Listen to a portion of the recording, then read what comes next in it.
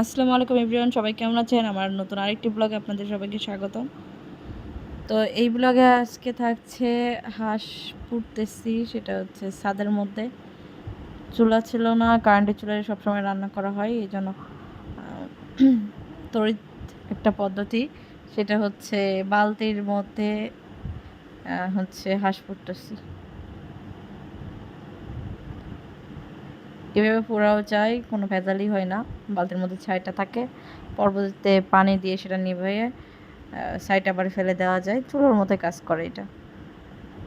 আপনারাও ট্রাই করতে পারেন যাদের বাসায় চুলো নাই।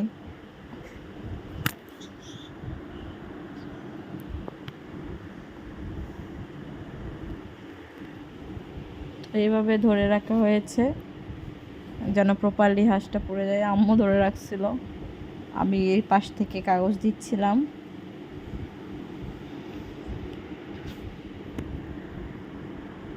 আগুনের কালারটা অনেক সুন্দর লাগতেছে, হাঁসের তেলগুলো পড়তেছে আর আগুনের কালারটা আরও অন্যরকম হচ্ছে।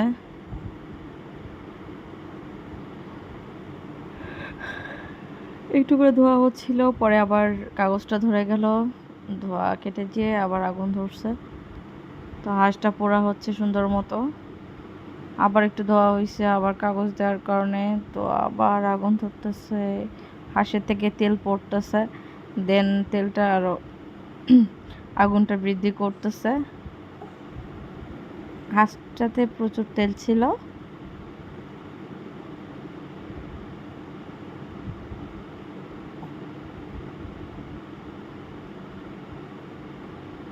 এভাবে এক পাশ পুড়িয়ে নেওয়ার পরে আরেক পাশ, কাগজ দিতে যাই উপরে পড়ে গেছে। তারপর আম্মু ওটা ঠিক করে নিচে নামিয়ে দিল। তো যাই হোক, এক পাশ হয়ে গেছে, এখন অন্য পাশটা ধরা হয়েছে পোড়ানোর জন্য। এই পাশটাও সুন্দর মতো পোড়ানো হবে।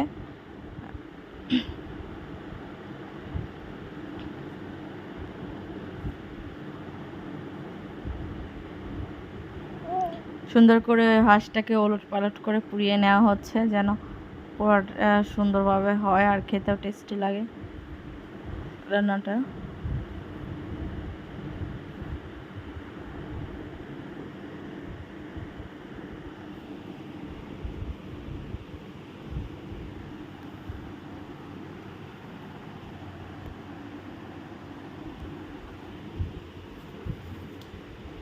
এই যে এভাবে প্রসেস করে পুড়তেছি, ওলট পালট করে যেন কোনো অংশ না পোড়া অবস্থায় না থাকে, সব জায়গায় যেন চামড়াটা পুড়ে যায় আর অতিরিক্ত যে লোমগুলো থাকে সেগুলো পুড়ে যায়। তো এটা হাঁসটা ক্লিয়ার করাই ছিল প্রায়। তো একটা সুপার শপ থেকে কিনেছি, ওখানে প্রসেসিং করাই ছিল, পরিষ্কার ছিল, তো অত বেশি লোম ছিল না এর গায়ে। তো ভালো মতো পুড়ে নিয়েছি, নেওয়ার পরে তারপর একটু দেখে নিয়েছি, কেটে কুটে ধুয়ে রান্না করার জন্য প্রস্তুতি। এই যে আম্মু অলরেডি উঠাই দিয়েছে, আমি একটু বিজি ছিলাম তো ক্লিপগুলো নিতে পারিনি ভিডিওর। তো এই যে কষানো হচ্ছে রান্না, এভাবে সুন্দর মতো কষানো হচ্ছে যেন প্রপারলি মাংসটা রান্না হয়। আর হচ্ছে ভুনা সিস্টেমের মতো করা হচ্ছে, সাথে রসুন দিয়েছে। হাঁসের মাংসের সাথে রসুন খেতে খুব ভালো লাগে, আপনারাও হয়তো খেয়ে থাকেন। তো যাই হোক, এভাবে রান্না করতেছে আম্মু, কষিয়ে নিচ্ছে ভালো মতো ভুনা করার জন্য। এভাবে যতক্ষণ কষাবেন তত টেস্ট আরও বাড়বে।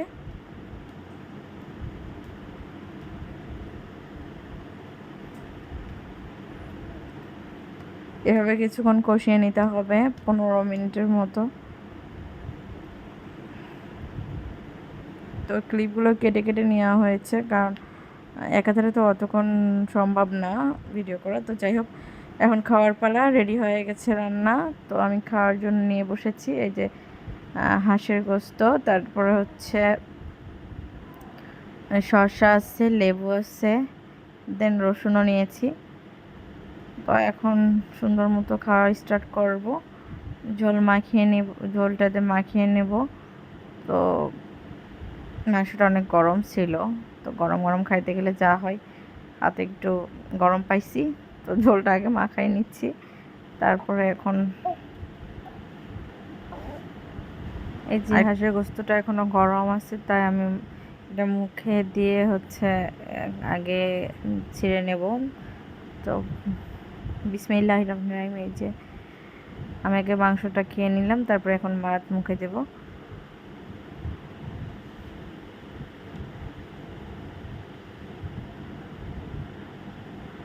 হ্যাঁ, হাঁসের গোস্তটা অনেক টেস্টি হয়েছে, ভুনা করছে। তো হাঁসটাতে তেল ছিল, তো আরও মজা লাগছে, এই জন্য হাঁসটা ভুনা করে। তো এই যে আবার আমি নিচ্ছি, এখন একটু ঠান্ডা হয়েছে গোস্তটা, তো ওভাবে আবার আমি মেখে নিলাম। নেওয়ার পরে গোস্ত দিয়ে আবার হচ্ছে খাবো। তো আর একটু শসা নিলাম, খাওয়াটা একটু ভালো হবে, সেই জন্য শসা একটু ভেঙে নিয়ে মুখে দেবো এখন। ওকে এভরিওয়ান, সবাই ভালো থাকবেন, আমার জন্য দোয়া করবেন, আমার পরিবারের জন্য দোয়া করবেন, আপনাদের জন্য দোয়া রইলো। আমার পরবর্তী ব্লগগুলো দেখবেন। আল্লাহ হাফেজ।